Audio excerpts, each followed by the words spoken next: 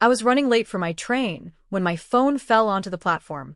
Moments later, an old gypsy woman pressed it into my palm and whispered words that changed everything. "Don't get on that train." A stranger said it once, and it saved my life. My name is Alina Morzova. I'm 29. Financial analyst. Logical. Structured. I believe in data, not destiny. So when an elderly woman at the station grabbed my wrist and whispered, "Don't board the train. Go home. Hide in the closet. Don't ask. You'll understand later," my first instinct was to laugh. But her hands were ice cold. And her voice wasn't dramatic. It was urgent. I was heading to catch the 6:40 train to see my fiancé, Daniel. We were finalizing wedding details that night. Seating charts. Floral budgets. The safe, predictable future I thought we were building. My life was clean lines and color-coded calendars. Safe. Stable. Still, I turned around. At 7:12 p.m., I stood inside my bedroom closet, heart hammering, wedged between winter coats and shoe boxes, feeling completely insane. I almost stepped out. Then I heard my front door unlock. Daniel's voice echoed through my apartment. I wasn't supposed to be home.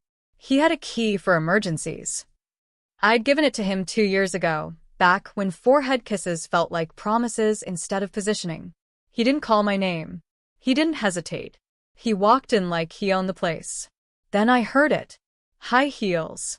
A woman's laugh. Soft. Comfortable. Familiar. For months, something had been off. Daniel had grown distant. Protective of his phone. Quick to criticize the way I dressed. The way I worked late. The way I wasn't warm enough. Wedding stress changes people, he said. I believed him. Because I analyze risk in spreadsheets and ignore it in love. From behind the closet door, I heard the couch dip under 2 bodies. Glass clinking. He'd brought wine. To my apartment. For another woman. "I told you she'd be on that train," Daniel said casually. Silence. Then her voice amused. "You're sure she suspects nothing?" He laughed. And something inside me shifted from heartbreak to clarity. Planned. That word thundered in my skull. "She's predictable," he continued. "She never questions me. Thinks I'm stressed about the wedding." The woman hummed approvingly. "And the apartment?" "I'll move in officially after the honeymoon," she said. "Once the paperwork's signed, it's practically ours." Ours. The air in the closet thinned. Paperwork.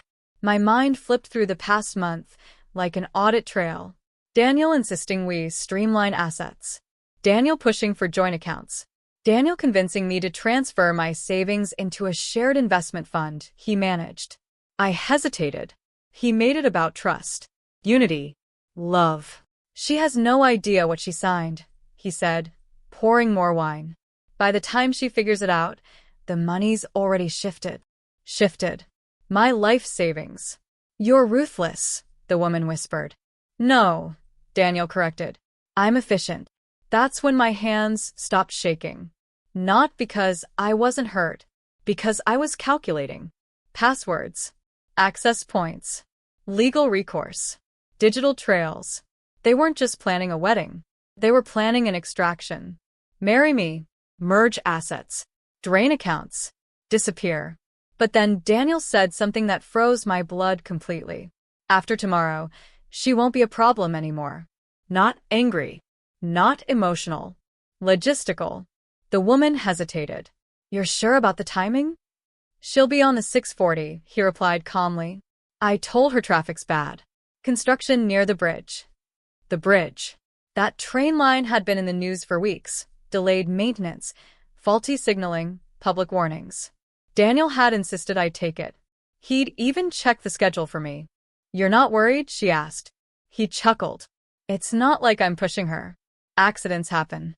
Accidents. I stopped breathing. This wasn't just financial betrayal. This was positioning. A grieving fiancé. A tragic accident. Insurance policies. Public sympathy. Clean hands. I understood the old woman now. It wasn't prophecy. It was survival. And hidden in the dark of my own closet, listening to the man I loved design my disappearance, I made a decision. If Daniel thought I was predictable, he had no idea who he was about to marry. I remembered the life insurance update. Last month, Daniel had slid the paperwork across the table with a soft smile. Responsible before marriage, he'd said. Just in case. My knees nearly buckled inside that closet. From the living room, I heard glasses clink again. To new beginnings, the woman said. To freedom, Daniel replied. And something inside me didn't break. It crystallized. They thought I was predictable. They thought I was already gone. They thought I was 10 train stops away from being irrelevant. They had no idea I was standing 10 feet from them, alive, listening, and no longer in love. I didn't burst out. I didn't scream. I didn't confront. I breathed. Slow. Measured. Controlled. Shock is fire at first. Then it cools into steel. Daniel believed I was on that 6:40 train. Believed I was hours away from either becoming a tragic headline or a legally cornered bride with empty accounts.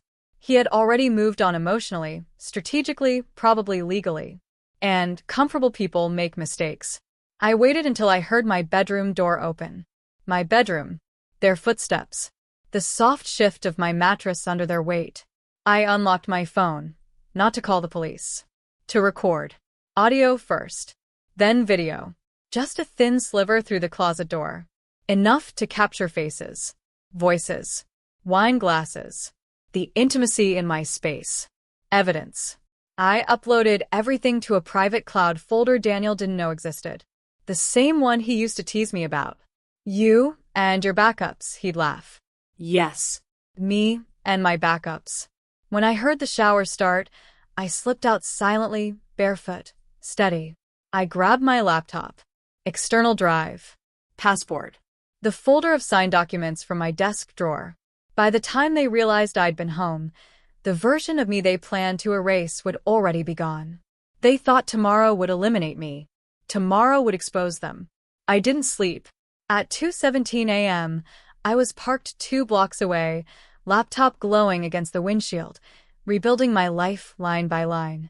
First, the joint investment portal. Daniel had access. So did I. I froze every scheduled transfer for the morning. Then I filed an internal compliance flag, anonymous tip. Suspicious activity. Potential financial manipulation. As a financial analyst, I know which words wake up entire departments. Fraud. Coercion. Unauthorized beneficiary modification. Those words don't whisper. They alarm. Next, I emailed our lawyer. Subject: wedding postponed. Urgent review required. No emotion. Just attachments. Timestamps. Audio clips. Policy amendments Daniel had pressured me to sign. At 6:35 a.m., I scheduled a meeting with the insurance provider. Requested a beneficiary freeze pending investigation. Then I did something colder. At 6:39 a.m., I texted Daniel. Trains delayed. Thinking of coming home instead. The 3 dots appeared instantly. No, stay. It's fine. I'll meet you later. Panic types fast. At 7:05 a.m., I uploaded an edited version of the video. Blurred where necessary, clear where it mattered. I sent a private link to one more person. Daniel's mother. Caption: ask your son about the 6:40 train. Then I turned my phone off and waited for gravity to do its work. At 9:12 a.m., I turned it back on. 37 missed calls. 22 from Daniel. 5 from his mother. 3 from our lawyer. 1 voicemail. I played it twice. Alina, what is this? Daniel's voice wasn't calm anymore. It wasn't efficient. It was unraveling. Why is my mother crying? Why is the bank freezing the account? What did you do? I didn't answer. I watched. By noon, compliance formally suspended all transfers pending investigation. Daniel's access privileges were restricted. He attempted to log in 7 times. 7. Desperation leaves fingerprints. At 1:03 p.m., he showed up at my apartment. This time, I was inside. Not hiding. Waiting. He didn't knock. He pounded. Alina, open the door. We need to talk. Need. The same word he'd used when he needed my trust. My signature. My savings. I opened the door slowly. Daniel looked nothing like the man who had toasted to freedom the night before. His hair was unkempt, his skin pale, his confidence stripped down to nerves. No smug tilt to his mouth. No calm precision. You misunderstood, he rushed out. It was a joke. You know how people talk. I tilted my head. About accidents? His mouth opened. Closed. I didn't board the train, I said quietly. For the first time in the years I'd known him, Daniel looked afraid. And in that moment, I understood something clearly. This was never just about money. It was about control. And he had just lost it. He kept talking. Liars do that when the ground shifts beneath them. They try to outpace the truth with noise. You're overreacting. You always do this. You twist things, Alina. You heard half a conversation. I heard enough. My voice didn't shake. That seemed to disturb him more than if I'd screamed. He stepped closer, lowering his voice. You're ruining everything. The accounts. The wedding. My reputation. Your reputation. Not us. Not love. Just damage control. I studied him carefully, like a balance sheet that no longer added up. Tell me something, I said. If I had boarded that train and something had happened, would you have cried at my funeral? He didn't answer. That silence was all the closure I needed. His phone buzzed in his hand. He glanced down, and I watched the color drain from his face. Compliance had escalated the review. The insurance company had flagged the beneficiary change as potentially coerced. Our lawyer had formally withdrawn representation pending investigation. Systems were moving now. Paper trails were speaking. He looked up at me again, not angry this time. Cornered. You sent it to my mother, he whispered. Yes. She thinks I tried to. You did. The truth sat between us. Heavy. Irreversible. There was nothing left to negotiate. He left without slamming the door.